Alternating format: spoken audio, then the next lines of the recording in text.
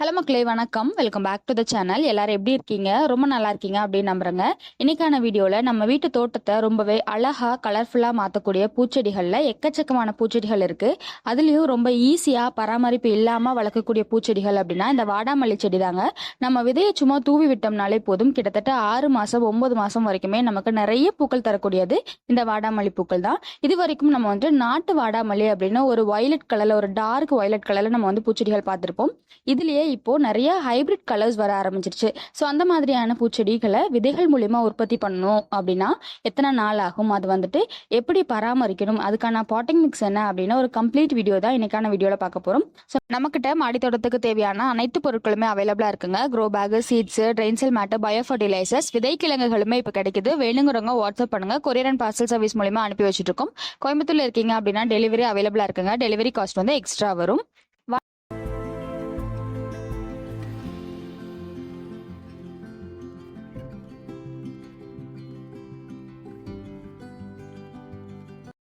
வாடாமல்லி பூன்னு சொல்லும் போதே அதுல வரக்கூடிய டார்க் வயலட் கலர் தான் எல்லாருக்குமே ஞாபகம் வரும்.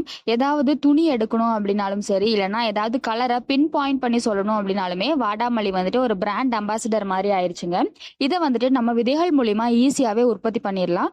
சும்மாவே விதைகளை தூவி விட்டோம் அப்படின்னாலுமே ரொம்ப நல்லாவே வளர ஆரம்பிச்சிருங்க. இதுல நமக்கு 2 ரகங்கள் கிடைக்குது. ஒன்று நாட்டு ரகம், இன்னொன்று ஹைபிரிட் ரகம். நாட்டு ரகங்களை பொறுத்தளவுல இதுல வெறும் அந்த டார்க் வயலட் கலர் மட்டும்தான் இருக்கு. இந்த விதைகளை நம்ம உற்பத்தி பண்றது ரொம்பவே ஈஸி. இதுக்கான முளைப்பு திறன் ரொம்பவே நல்லா இருக்கும். நம்ம போட்டு விட்டோம் அப்படின்னா 1 வாரம் 10 நாளே நல்லாவே வளர ஆரம்பிச்சிருதுங்க. இந்த ஹைபிரிட் வாடாமல்லியோட விதைகளை பொறுத்தளவுல இதுக்கான முளைப்பு திறன் ரொம்பவே ஸ்லோவா இருக்கு. நீங்க விதைகள் போடுறீங்க அப்படின்னா அது முளைச்சு வரக்கு குறைஞ்சது ஒரு மாசம் வரைக்குமே டைம் எடுக்குது. ஸோ இது முளைச்சு வரக்கு மட்டும்தான் கொஞ்சம் கஷ்டமா இருக்கே தவிர, வளர்ப்பு முறை எல்லாமே நமக்கு சாதா வாடாமல்லி மாதிரி தான் ரொம்ப ஈஸியாவே வளர்ந்துருதுங்க. இதுக்கான விதைகள் பார்த்துட்டிங்கன்னா உங்களுக்கு மார்க்கெட்டில் அந்த பயோகார்வ் சீட்ஸ் இருக்கு இல்லையா, ஸோ அந்த 4 கலர் மிக்ஸ் ஆன மாதிரியான விதைகள் கிடைக்குது.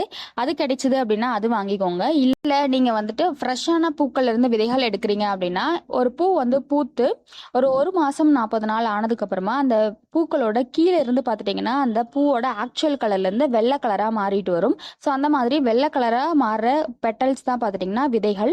உள்ளே ஒரு ஒரு கட்டியான ஒரு பாகம் மாதிரி இருக்கும். ஸோ அந்த இடத்துல விதைகள் நல்லா முத்தி இருக்கும். அந்த பூக்களை நம்ம பிச்சு போட்டாலுமே அது சீக்கிரமா முளைச்சு வர ஆரம்பிச்சிருங்க. நாட்டு வாடாமல்லியை பொறுத்தளவுல உங்களுக்கு முளைப்பு திறன் ரொம்ப நல்லா இருக்கும். ஸோ ஒரு வாரத்துக்குள்ளெல்லாம் செடிகள் முளைச்சு வர ஆரம்பிச்சிருங்க. இதுவே வெள்ளை கலர், பிங்க் கலர், அப்புறம் அந்த ஆரஞ்சு கலர்லாம் பார்த்துட்டிங்கன்னா இதுக்கான முளைப்பு திறன் ரொம்பவே ஸ்லோவா இருக்குங்க.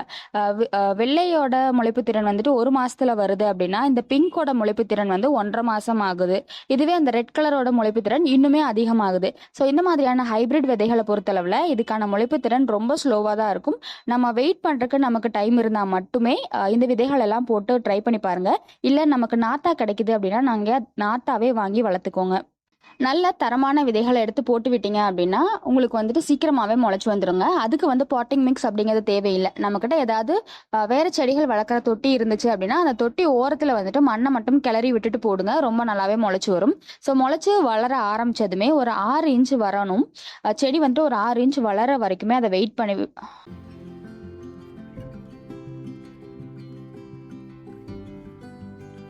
போட்ட விதைகள் முளைச்சு வந்ததுலேருந்து ஒரு 6 இன்ச் ஹைட் வந்ததுக்கு அப்புறம் தான் பூக்கள் வைக்க ஆரம்பிக்கும். இதுக்கிடையில நீங்க ரீபோர்ட் பண்ணணும். விதைகள் எல்லாம் எல்லாமே முளைச்சு வந்துருச்சு, நிறைய செடி வளர்ந்துருச்சு அப்படின்னா கண்டிப்பா ரீபோர்ட் பண்ணி வைக்கணுங்க. ஏன் அப்படின்னா வாடாமல்லி செடியை பொறுத்தளவுல நல்லா அடர்த்தியா வளரக்கூடிய செடி. இதுக்கு தொட்டி சின்னதா இருந்தாலும் பரவாயில்ல, இதுல சுத்தி இருக்கக்கூடிய இடம் இருக்குல்ல, நல்லா அடர்த்தியா வளருக்கு நிறைய ஸ்பேஸ் இதுக்கு தேவைப்படும். இந்த செடியை நீங்க ரீபோர்ட் பண்ணணும் அப்படின்னா ஒரு 3 இன்ச் ஹைட் வந்ததுக்கு அப்புறமா அந்த நாத்தை நீங்க மாத்தி வச்சுக்கலாம். இதுக்கான பாட் சைஸ் அப்படின்னு நம்ம பார்த்தோம்னா நீங்க ஒரு செடியா வைக்கிறீங்க அப்படிங்கும்போது கண்டிப்பா ஒரு 6 இன்ச் தொட்டியா இருந்தா போதுமானதா இருக்குங்க. இல்ல நான் ஒரே பேக்ல ஒரு 2-3 செடிகள் வைக்கணும் அப்படின்னு பிளான் பண்றேன் அப்படின்னா 12க்கு 12 பேக்ல ஒரு 2 செடி மட்டும் வைங்க. ஏன் அப்படின்னா இதுல அது வளர வளர நிறைய ஸ்பேஸ் இதுக்கு தேவைப்படும். நல்லா அடர்த்தியா வளர்ந்தாதான் நிறைய பூக்கள் நமக்கு இதுல வைக்கும். அடுத்ததா இதுக்கான பாட்டிங் மிக்ஸ் அப்படின்னு பார்த்துட்டோம்னா ரொம்ப கேர் பண்ணி பாட்டிங் மிக்ஸ் ரெடி பண்ண தேவையில்லைங்க. ஒரு பங்கு மண்ணு, ஒரு பங்கு கோகோ பிட்டு, ஒரு பங்கு தொழு உரம் இருந்துச்சுன்னா போதும். இதுக்கான பாட்டிங் மிக்ஸ் தயார் பண்ணிடலாம். அடுத்ததா இதுக்கான மண்கலவையை பொறுத்தளவுல நம்ம ரொம்ப மெனக்கெட்டெல்லாம் மண்கலவை கொடுக்க வேண்டாங்க. 1 பங்கு மண், 1 பங்கு கோகோ பிட்டு, 1 பங்கு தொழு உரம். ஸோ இது 3மே வந்து கலந்து நீங்கள் வந்து செடிகள் வச்சுக்கலாம். மண்புழு உரம் இல்லை தொழு உரம் இல்லை அப்படின்னா கொஞ்சமாக பயோ ஃபர்டிலைசரும் கொஞ்சம் பஞ்சகாவியம் மட்டும் மிக்ஸ் பண்ணி நீங்கள் வந்து இதில் செடிகள் வச்சுக்கலாங்க.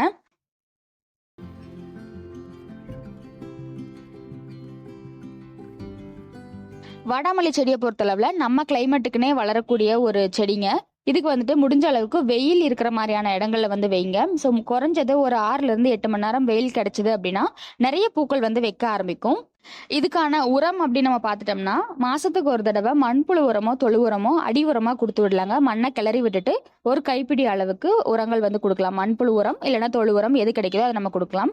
இதுவே நம்ம லிக்விட் ஃபர்டிலைசரா கொடுக்குறோம் அப்படின்னா 15 நாளுக்கு ஒரு தடவை பஞ்சகாவியம் இல்லைன்னா மீன் அமிலம் 1 லிட்டர் தண்ணியில ஒரு 5 ml மிக்ஸ் பண்ணி நம்ம வந்து இலைகள் வழியாவும் அந்த செடி மேலேயுமே நல்லா ஸ்ப்ரே பண்ணி விடலாங்க.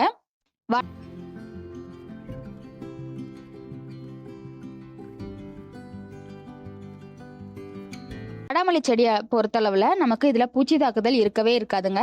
நாம வளரக்கூடிய பூக்களை வந்து ரெகுலரா கட் பண்ணிட்டே தான் இருக்கணும். நீங்க கட் பண்ண தான் நிறைய புது புது பூக்கள் வந்து வைக்க ஆரம்பிக்கும். இந்த செடியோட அமைப்பே பார்த்துட்டிங்கன்னா ஒரு பூக்கு கீழே இன்னொரு பூக்கள் பூத்துட்டே இருக்கும். ஸோ நீங்கள் மேலே இருக்க பூக்களை அறுவடை பண்ணும்போது தான் கீழே இருக்க பூக்கள் வந்துட்டு நல்லா பெருசாகி அதுவும் அறுவடைக்கு வரும். ஸோ நாம் இப்படி கட் பண்ணிகிட்டே இருக்கும்போது தான் நிறைய பூக்கள் வந்து அடர்த்தியாக குட்டி குட்டி கிளைகள் வச்சு நிறைய பூக்கள் வர ஆரம்பிக்கும். வாடாமல்லி பூக்களை பொறுத்தளவில் வருஷம் பூராவுமே பூக்கக்கூடிய பூங்க. நீங்கள் ஒரு தடவை விதை போட்டுட்டீங்க அப்படின்னா அதுலேருந்து கிட்டத்தட்ட நீங்கள் குறைஞ்சது 1 வருஷம் 2 வருஷம்னாலுமே நீங்கள் அதில் கரெக்டாக மெயின்டைன் பண்ணோம் அப்படின்னா நிறைய பூக்கள் எடுத்துக்கிட்டே இருக்கலாம். ஸோ நீங்கள் உற்பத்தி பண்ணுறதை பொறுத்தளவில் ஒரு தடவை விதை போட்டுட்டீங்க அப்படின்னா போதுங்க, நல்லாவே வளர ஆரம்பிச்சிடும். ஸோ இதிலிருந்து நம்ம மெயின்டைன் பண்ணி இதை வந்துட்டு வருஷ கணக்கில் ஆனாலுமே பராமரிக்க முடியும்.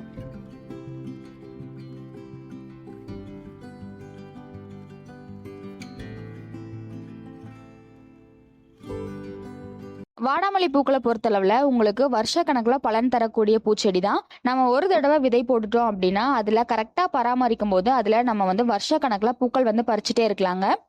இதிலிருந்து நீங்கள் விதை உற்பத்தி பண்ணணும் அப்படின்னாலுமே ஒரு பூ வந்து பறிக்காமல் ஒரு மாதம் 40 நாள் வரைக்கும் விட்டுட்டீங்க அப்படின்னா அந்த பூக்களில் கீழே இருந்தே வந்துட்டு உங்களுக்கு வந்து விதைகள் வந்து வளர ஆரம்பிச்சிடும். ஸோ இந்த விதைகளை சேகரித்து நீங்கள் இதிலிருந்து நிறைய செடிகளை உற்பத்தி பண்ணிக்கலாங்க.